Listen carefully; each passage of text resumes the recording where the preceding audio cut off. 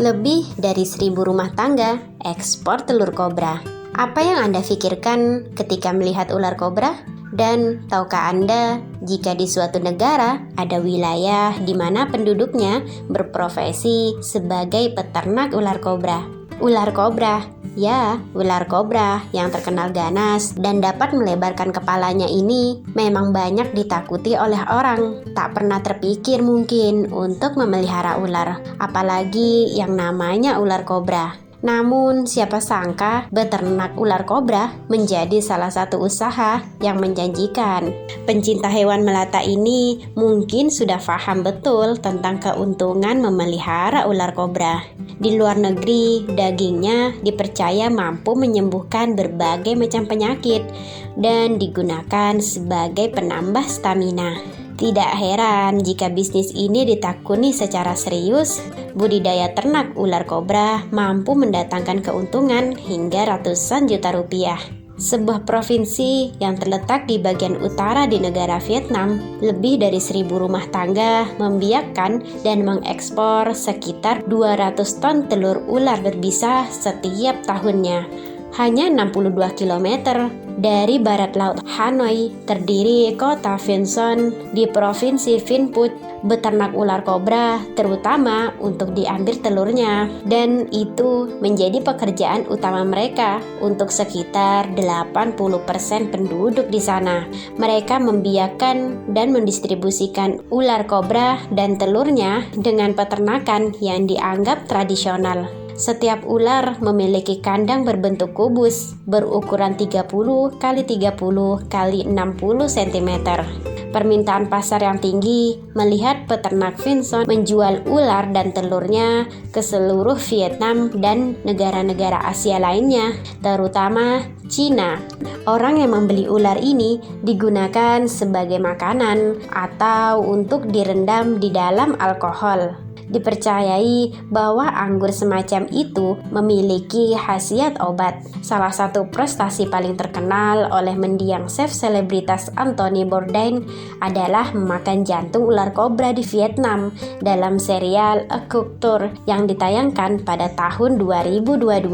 Ada yang tertarik juga makan jantung ular kobra? Pemilik peternakan ular kobra memberi makan ular kobra dengan tabung.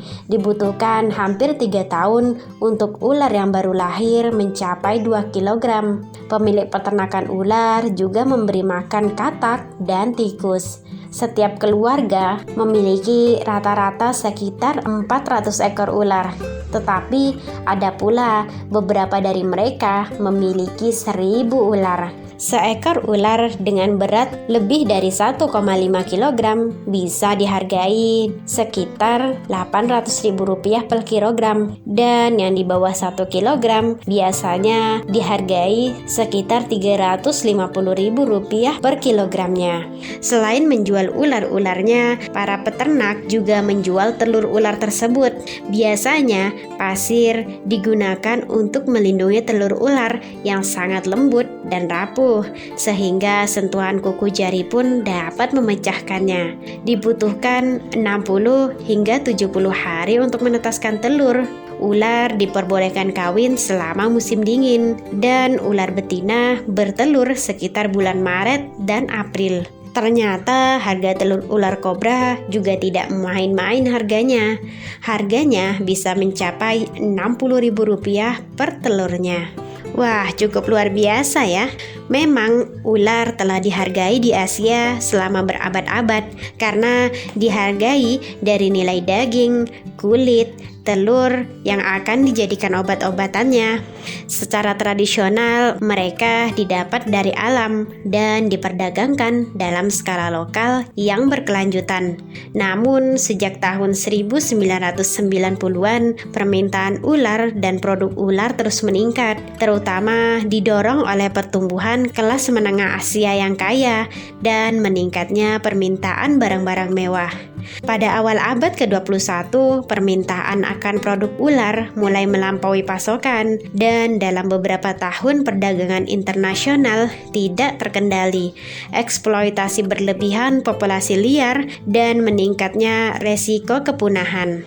Budidaya ular siklus tertutup adalah industri yang relatif baru dan sedikit yang mengetahui tentang perannya dalam pembangunan yang berkelanjutan. Sebenarnya, kurangnya informasi dasar ditambah dengan kurangnya model produksi komparatif di bagian lain telah memicu kekhawatiran bahwa peternakan ular dapat memperburuk eksploitasi berlebihan populasi liar dan bertindak sebagai saluran bagi spesies yang ditangkap dari alam untuk memasuki perdagangan secara ilegal. Selain Vietnam dan Cina dianggap sebagai produsen dan pasar terbesar untuk daging ular, menghitung ukuran total industri ini cukup sulit, meskipun perkiraan konservatif untuk Cina dan Vietnam menunjukkan setidaknya ada 4.000 peternakan dengan siklus tertutup.